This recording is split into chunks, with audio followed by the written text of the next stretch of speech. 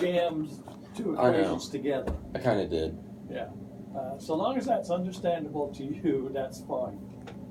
But the mathematical statement, which is typically the next line, okay? Yeah. Makes more sense to have the given thing in it. Because the substitution effect is, it is what it is. Is that, here, let me go find this real quick.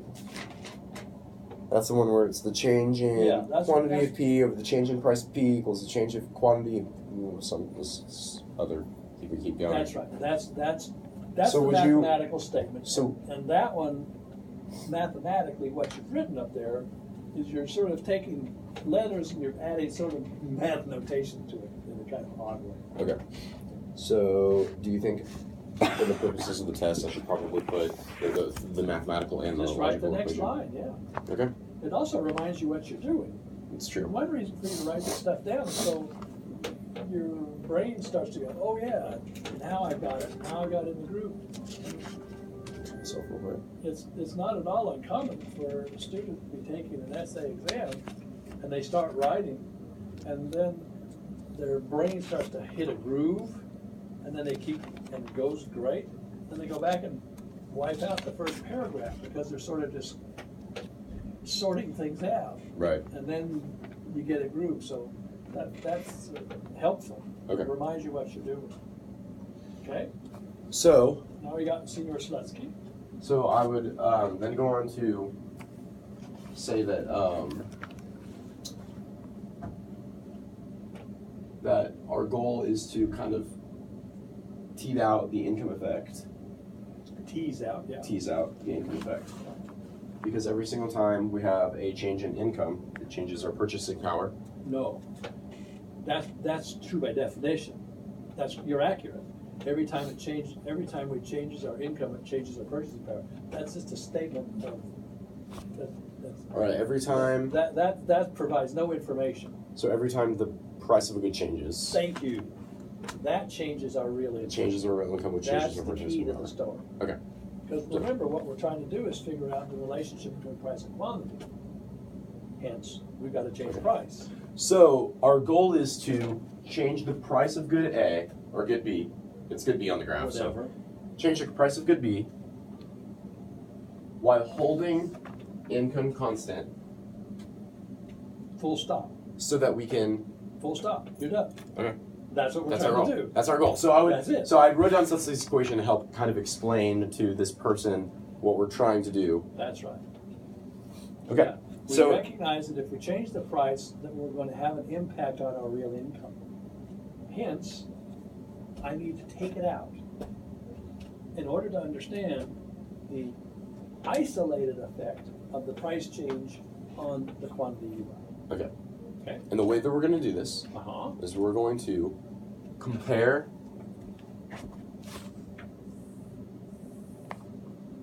two goods. Okay?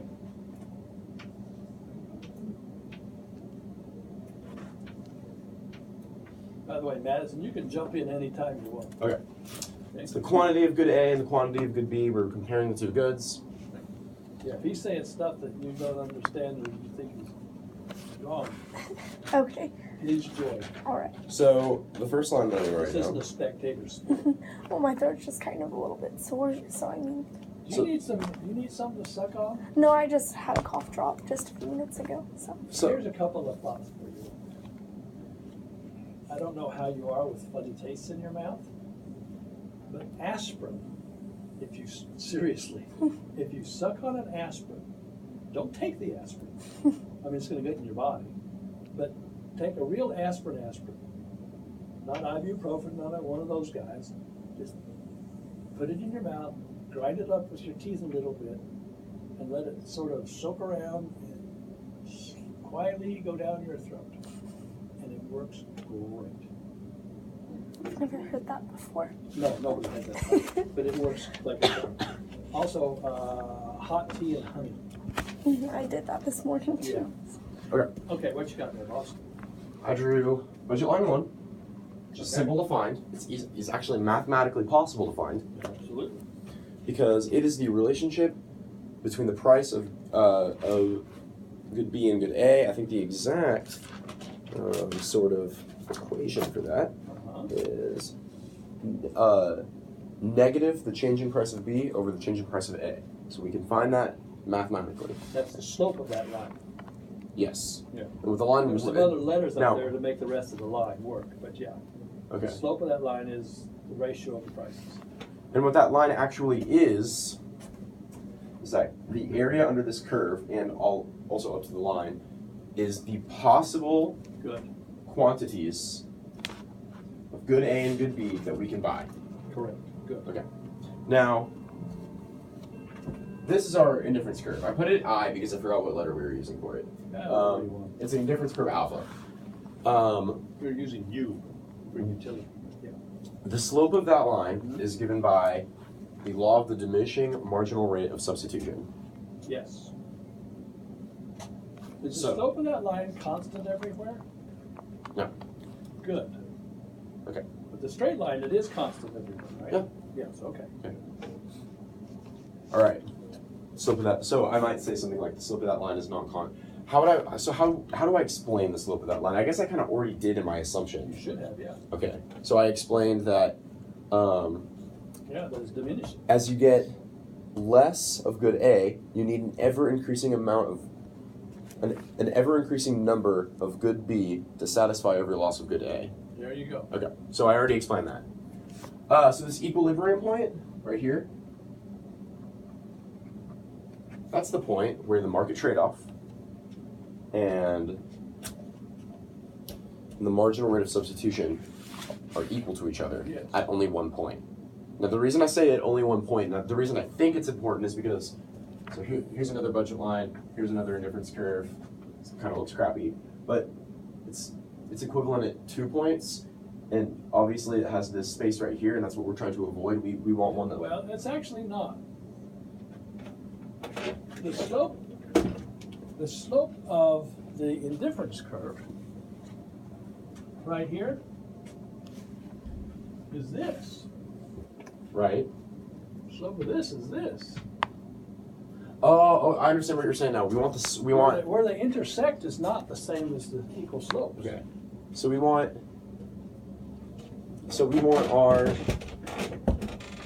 our indifference curve and our budget line. Would you be Madison? Yes. This is also Madison. Hi. So I'm sorry to interrupt. I didn't interrupt. You're scheduled to be here. So all he said, and if you have a pen, I can write it down, is from you, all you would need is an email that I have not attended those ready classes or taken the quiz. Go ahead. Thank you. Tell me what I have to say. You be my puppet master. Okay? Go ahead, James. Okay. So we want our equilibrium point to be a You point got on this flex graph. in your head. I know.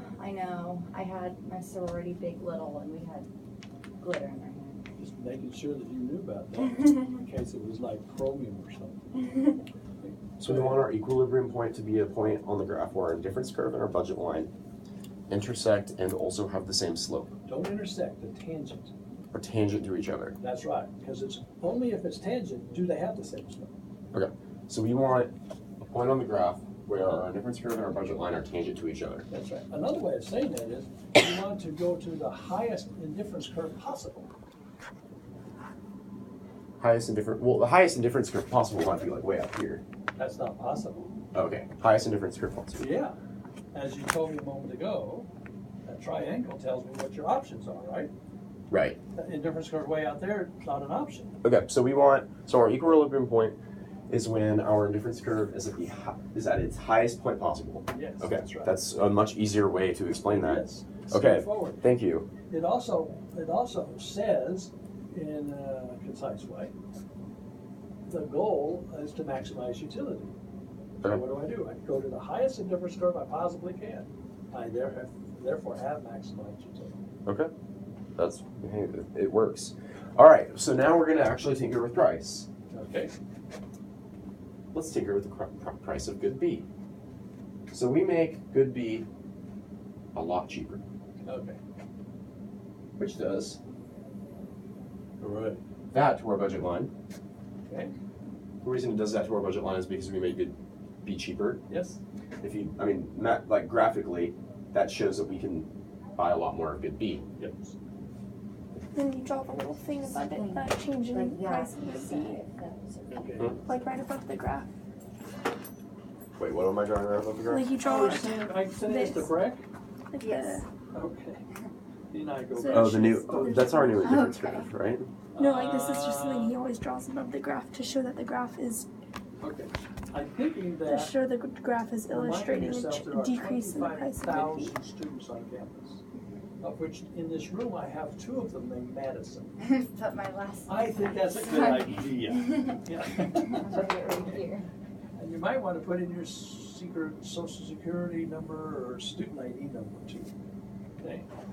Remember, at this point, we're now a machine that grinds up students. And I need to know who you are, and so does Breck. Okay? All right.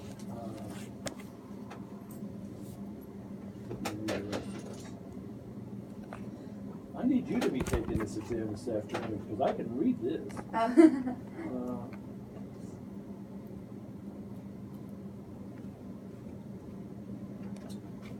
Okay, that sounds fine to me. Thank you so much. Madison? I really appreciate it. As soon as I get rid of this riffraff here, I will send it off to Brett. Perfect. Thank you so Okay. much. Bye-bye, Bye. and good luck on all this. Thank you. All right.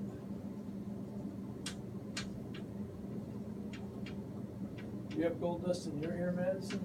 I don't think so. Okay. Oh, So, because we had a negative change in price of good B, we ended up with this new budget line 2, Yep. and our new indifference curve, Yep. indifference curve beta.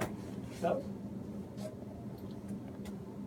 Okay, now would be a good time to kind of show our Marshallian demand curve and why this doesn't work. That sounds fine. So this is a point right here. Well, actually, maybe not. Maybe No, not. go right ahead. And Well, because I just realized using this isn't the type of example that I would have to do this for a Giffen good to show how. Well, I thought you were going to talk to me about Hicks's demand curve. I was, and I think I was about to take a detour that I don't want to take. Okay.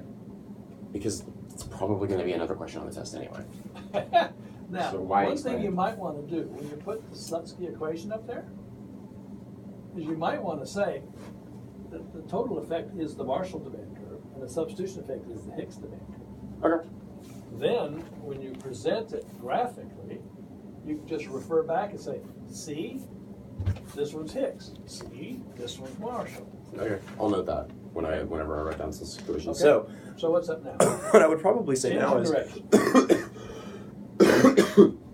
what I would probably say now is that our new kind of equivalence point, I might even label this like That's not equivalence an point. equivalence point. It's an equilibrium. Okay, thank you. Yeah. At our new equilibrium point, I would say that this is the total effect, the Yes. substitution effect, and the income effect. But we have not yet actually teased out the income effect. That's So correct. that's what I'm going to do now. Very good. so how I'm going to adjust. So how I'm going to tease out the income effect is I'm going to adjust the You're going to consumer's. break the total effect into pieces, right? Yes. Yeah. Okay. But how I would actually do it, kind of like in the in you know like the human world, is that I would adjust the consumer's income so that the change in price of good B didn't affect their income. Correct. Okay. The way I would show this graphically is I would take Our new budget line, our budget line 2, Right. and I would slide it. Is that a good shift it? Shift it parallel. Shift it parallel. That's one word, by the way. Shift it parallel. Shift parallel. Shift parallel. I would shift parallel. Yeah. So that it becomes tangent to our original indifference curve. Correct. Which, by the way, is why we've got the Slutsky equation up there to remind us what exactly we're doing. Okay. Because the substitution effect says that utility is held constant. There you go. Good. So hopefully, whenever I have a